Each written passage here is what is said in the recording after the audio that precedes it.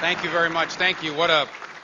I'm really privileged to be here today, and just a few recognitions before I begin my speech. I'm blown away by this tonight, and I want to talk a lot about that because it's really inspired me in public service, the legacy of Jack Kemp. But a couple people I do want to recognize, obviously the Kemp family, and thank you for awarding me this here tonight, and for the folks that work for the foundation.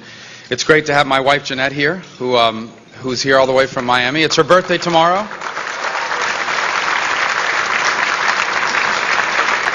I can't think of anything more romantic to celebrate her birthday than a Kemp dinner, and so I think, and I want to say a few words. Paul Ryan, last year's recipient, is someone who I've gotten to know, and Paul, thank you for your invitation for lunch in Iowa and New Hampshire, but I will not stand by and watch the people of South Carolina ignored.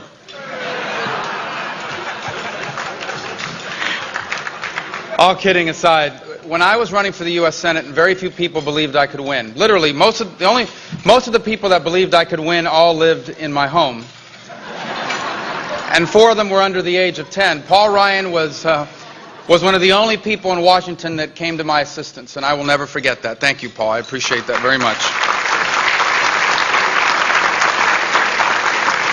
Well, I'm so honored to be receiving this award tonight, named after truly one of the great visionaries of the modern conservative movement in America. And I think I echo everyone's comments here, everyone's thoughts when I say we could sure use Jack Kemp right now.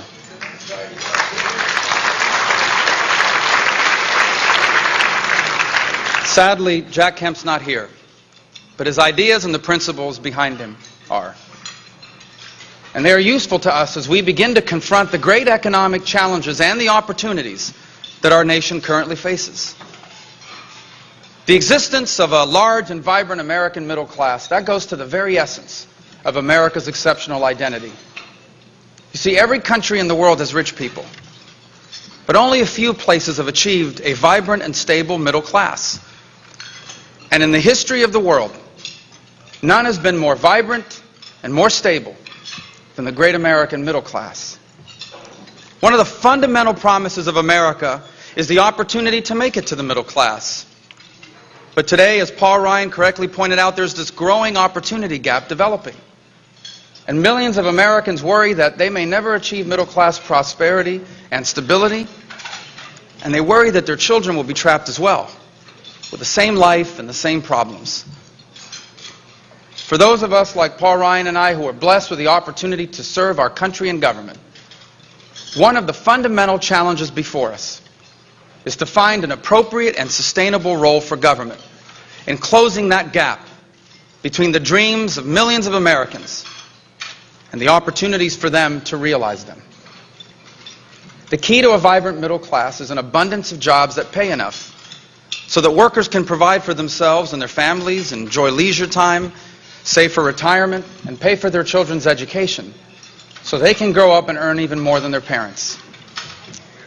But today, too many Americans cannot find jobs like these. In fact, some cannot find any jobs at all. There are 2 main reasons for this. First, the weakened American economy is not creating enough jobs of any kind, especially middle-class jobs.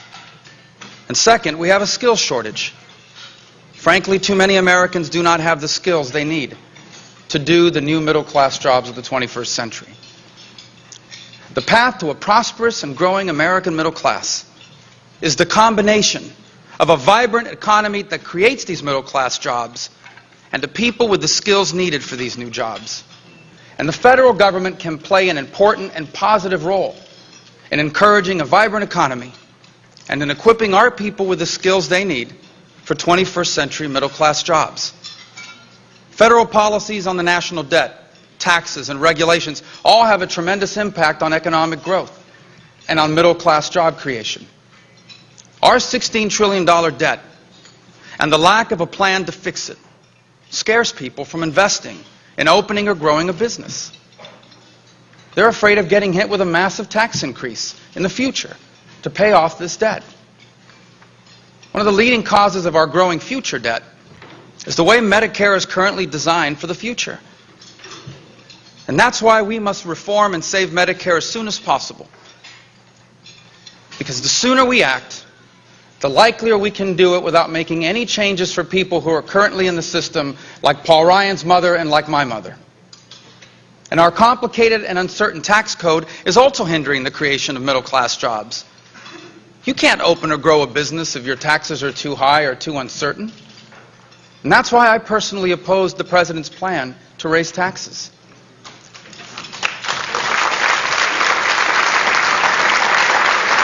Listen, this isn't about a pledge. It isn't about protecting millionaires and billionaires. For me, it's about the fact that tax increases he wants would fail to make even a small dent in the debt, but it would hurt middle-class businesses and the people who work for them. Over half of the private sector workers in America work for the kind of companies the President's plan may raise taxes on. Instead, we should follow the example set by Jack Kemp, who laid the foundation for the Economic Recovery Act of 1981 that helped usher in the strong economic recovery under President Reagan's first term. We should keep rates low on everyone, end the multiple taxation of savings, simplify our tax code by getting rid of unjustified loopholes, and generate new revenue by creating new taxpayers, not new taxes. Rapid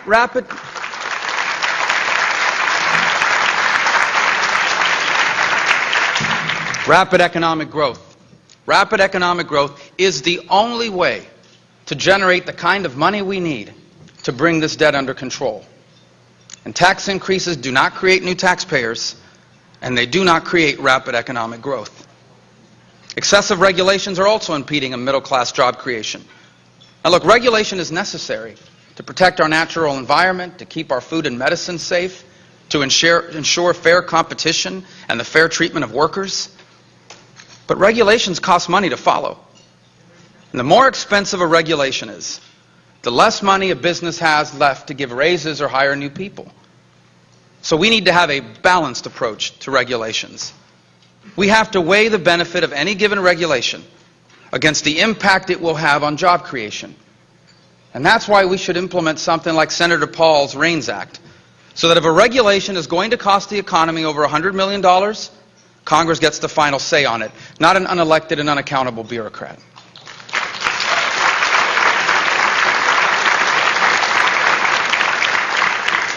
Getting control of our debt, reforming our federal tax code and regulations, these things are critically important. But it is not enough. We need to do more. For example, we should expand our domestic energy industry.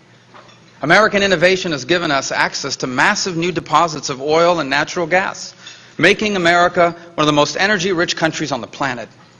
This new energy wealth means all kinds of new middle-class jobs, from the fields and platforms where we drill, to the manufacturing plants that will return to the United States with a lower cost of energy. And these are just the types of jobs we need most, right now. Well-paying, middle-class work that doesn't require an expensive advanced degree and that contributes to the strength of our economy. We need to take full advantage of this, right now. Well-paying, middle-class work that doesn't require an expensive advanced degree and that contributes to the strength of our economy. We need to take full advantage of this by approving the Keystone Pipeline, by tearing down unnecessary regulatory barriers,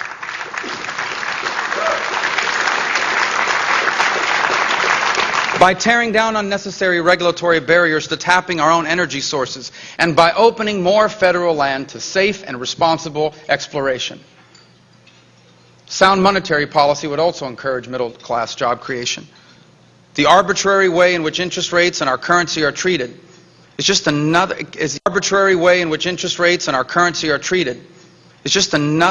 yet another cause of unpredictability injected right into our economy. The Federal Reserve should publish and follow a clear monetary rule to provide greater stability about prices and what the value of a dollar will be over time.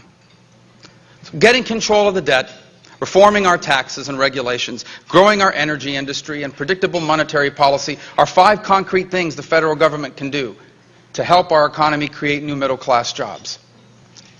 But if the higher wages people make at these jobs is offset by an increase in the cost of living, well, then we're just running in place. And nothing is taking a bigger chunk out of the budgets of our middle-class families than the cost of health care. We must provide the conditions for people to get the health coverage they need in an affordable way. Now, one way to make health care more affordable is a flexible savings account that allows families to save tax-free money to pay for medical bills. Now, as a federal employee with 4 young kids who, let me just say, have had their share of accidents, I'm blessed to have the option, which I use to pay for our co-payments and my 12-year-old daughter's braces and out-of-pocket costs of medicine. And I wish more Americans had the chance to have a savings account like that, just like their members of Congress do. And that's why we should all be shocked that Obamacare cuts the amount you can contribute to this from $5,000 to $2,500. And here's what else Obamacare did. It now requires you to get a prescription from a physician to purchase over-the-counter medications and pay for it from your FSA. So get this, if I want to buy some Advil with my FSA, I now need my doctor's permission. In addition to promoting flexible savings accounts, we should create a health insurance system that focuses on empowering people, not bureaucracies. People should be able to buy a health care plan that fits their needs and budgets from any insurance company in America that's willing to sell it to them. And they should be able to buy it with tax-free money, just like their employers buy it for many of them now.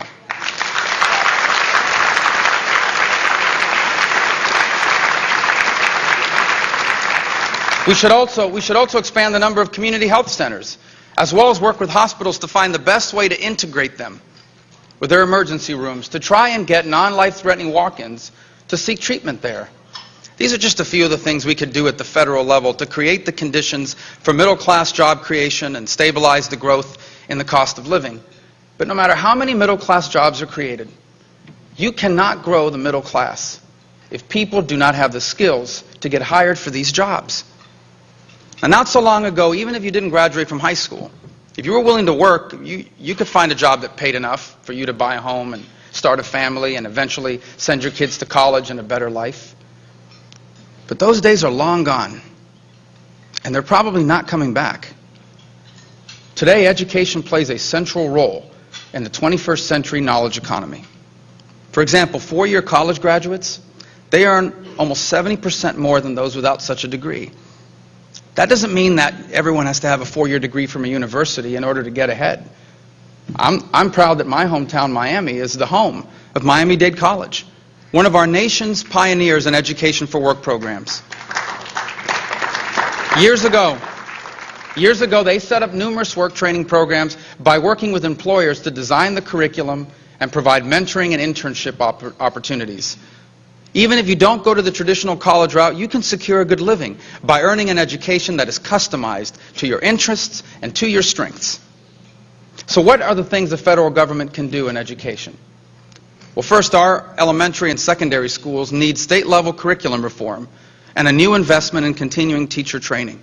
And we have an opportunity to do some of that through the 2013 reauthorization of the Higher Education Act to make some of these major improvements.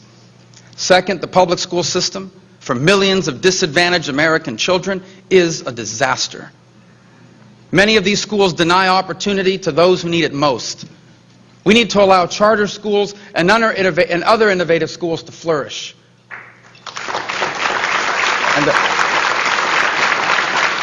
And the key to that is empowering parents.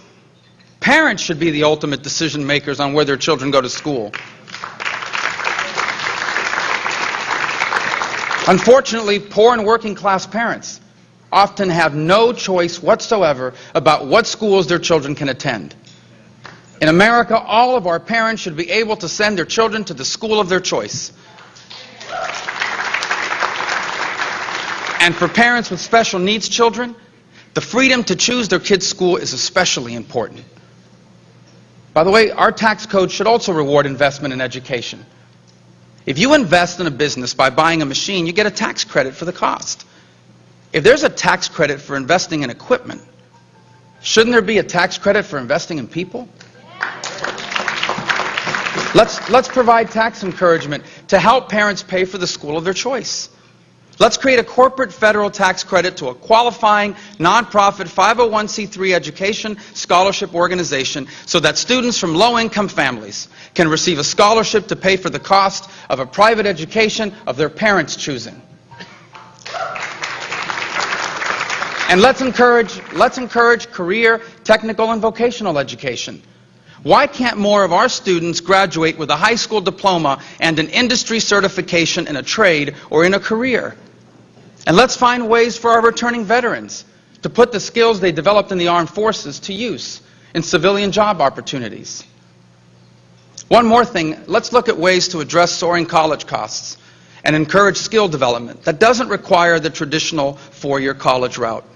You know, the groundswell of creativity and technological change will lead to dramatic reductions in the time and expense of higher education so long as government financial policy doesn't stand in the way. We should make sure that our federal aid programs do not discriminate against online course credits and help give parents and students more choices. And finally, we need to reform our federal college grant and loan programs. Now, to me, college affordability is an issue that's very, very personal. Because the only reason why I was able to go to college, the only reason, was because of federal grants and loans. And when I graduated from law school, I had close to $150,000 in student debt. That's a debt I just paid off last year with the proceeds of my book, An American Son, which is the perfect holiday gift, and it's available on Amazon.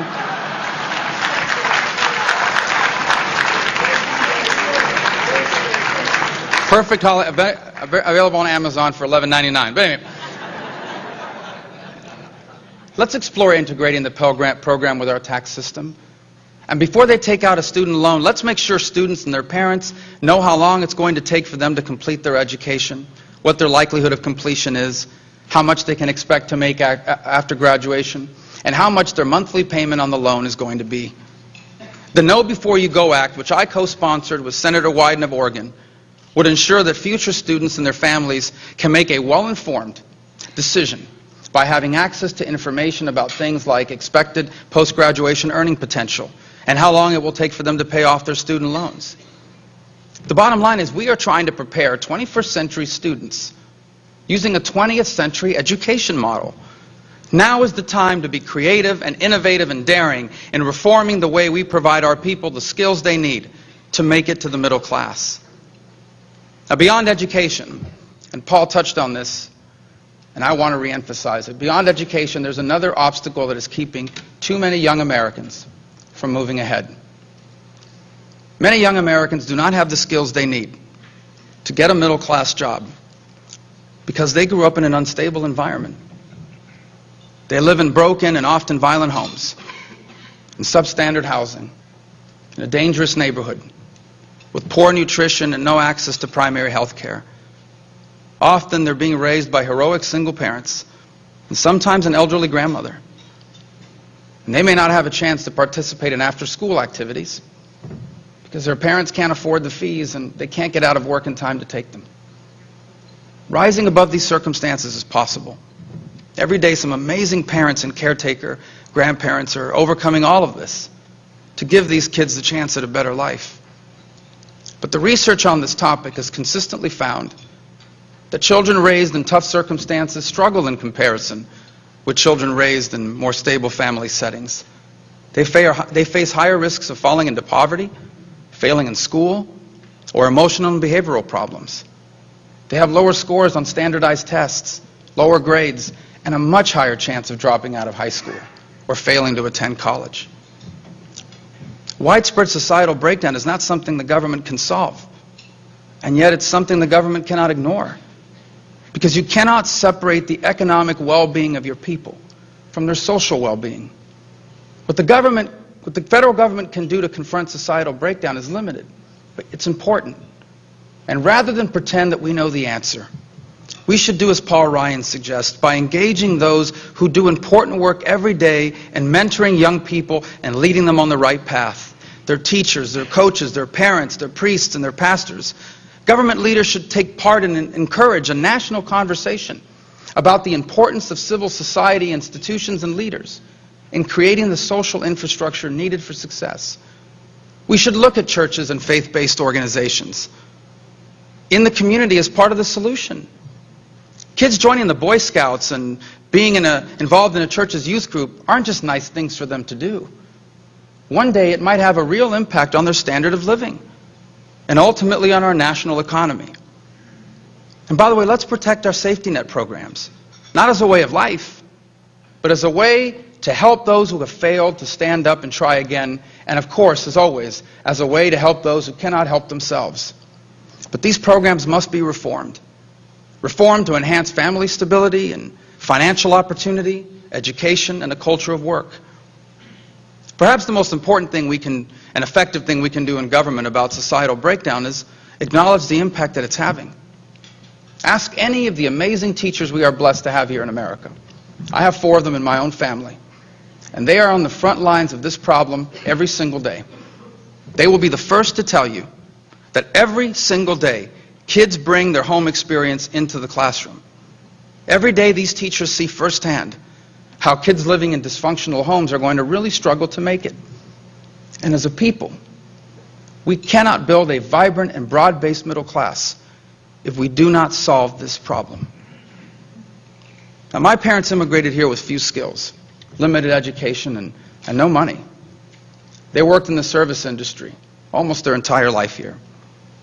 On almost any other nation on earth, those jobs would barely provide a daily living, much less a better future. But in America, my parents made enough money to buy their own home and own a car. They felt so confident about the future that in their 40s, they had 2 children, me in 1971 and my sister in 1973. We never had everything we wanted, but we always had more than we needed. And most importantly, we had a strong family living in a safe and stable home with parents who loved each other, made sure we knew they loved us, and encouraged us to dream. They made it very clear that because we were Americans, we could go as far as our talent and our hard work would take us. My father grew up poor and motherless with limited education. My mother lived in a home with dirt floors in rural Cuba, raised by a disabled father who struggled to bring home food every night. But their children now live lives so far removed from where they came from, not so long ago. The 4 children of an uneducated working-class immigrant couple from Cuba are all college graduates, working in a professional field, and enjoying a standard of living significantly higher than our parents. Our story's not rare in America, but it's rare in the world. Had we been born almost anywhere else at any other time in history, our lives would have been very different. I probably would have been a very opinionated bartender, for example.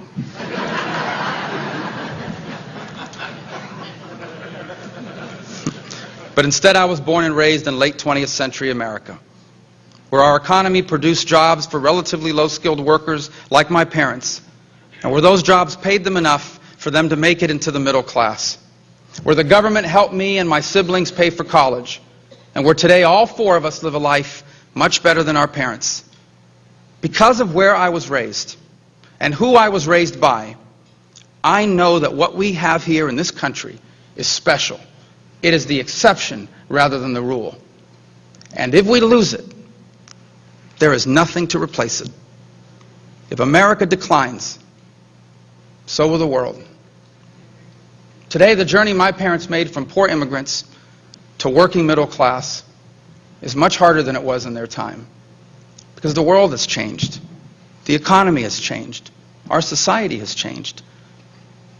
But whether or not the journey my parents made is still possible, to all who are willing to work for it, that's going to decide whether we decline or remain that special place. For nothing represents how special America is more than our middle class. And our challenge and our opportunity now is to create the conditions to allow it not just to survive, but to grow. And government has a role to play. And we must make sure that it does its part. But it's a supporting role to help create the conditions that enable prosperity in our private economy. That's a crucial role, but a necessarily limited one. It can't substitute for what is meant to enable a thriving, free economy. It is not the ever-expanding reach of government, but but rather having access to the benefits of a thriving economy that allows the poor to rise into the middle class, not by making rich people poorer, but by making poor people richer. And to do that, we need a limited and effective government. And you cannot have one without the other. Big government is not effective government. Big government has never worked. The promise of more government is the answer to all our problems. It's easy to sell. But when you put it in practice, it fails and has failed every single time. Because big government has never been able to create and sustain a vibrant and stable middle class. And if any people on earth should know that, it is us. Because for most of us, we need to look no further than our own communities to see where the answers to our challenges lie. It starts with strong and stable families. It continues with a vibrant civil society filled with people working together to improve their country, and with a thriving free enterprise economy that creates good paying jobs and can draw upon people with the skills to do those jobs. Government's role is to support those institutions and those policies that strengthen the family and the community, to implement pro-growth policies that support a vibrant free enterprise economy that creates those middle-class jobs, and to provide access to schools that teach our people the skills they need to fill those jobs. The emergence of a strong, vibrant, and growing 21st century American middle class is the answer to the most pressing challenges we face. Think about it. Millions of Americans with jobs that pay more means more buyers for our products, more customers for our businesses, and more taxpayers for our government. The more they spend, the more jobs they create for others, who in turn spend their money into the economy as well.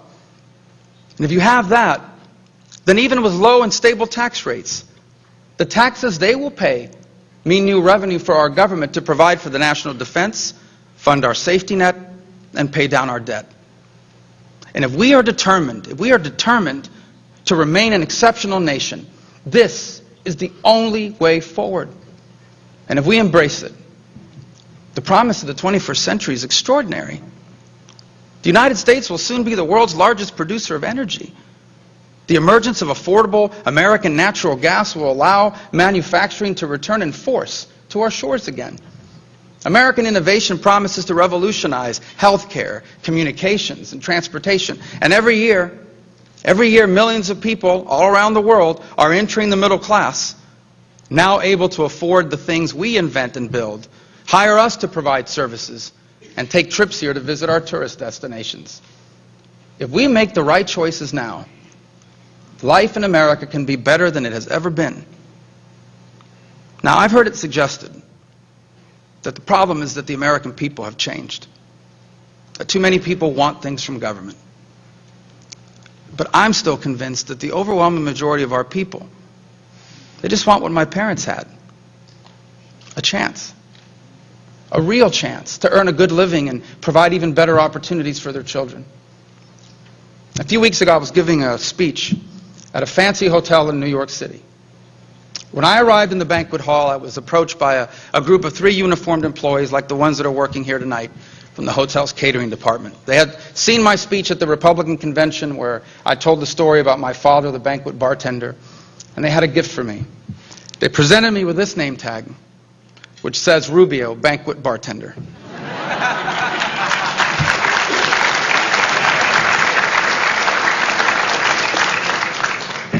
You know what this reminds me of? This reminds me that there are millions of Mario Rubios all across America today. They are not looking for a handout. All they want is a job that provides for their families. But there just aren't enough jobs out there like that. And many of them do not have the skills they need for the jobs that are available. All they want is a chance to earn a better life for themselves and a better future for their children. And whether they get that chance or not, will determine whether America remains exceptional or whether America declines. But it all starts with our people. In the kitchens of our hotels, in the landscaping crews that work in our neighborhoods, in the late night janitorial shifts that clean our offices. That's where you'll find the dreams that America was built on. That's where you'll find the promise of tomorrow. Their journey is our nation's destiny. And if they can give their children what our parents gave us, 21st century America will be the single greatest nation that man has ever known. So thank you so much. God bless all of you for having me tonight. Thank you.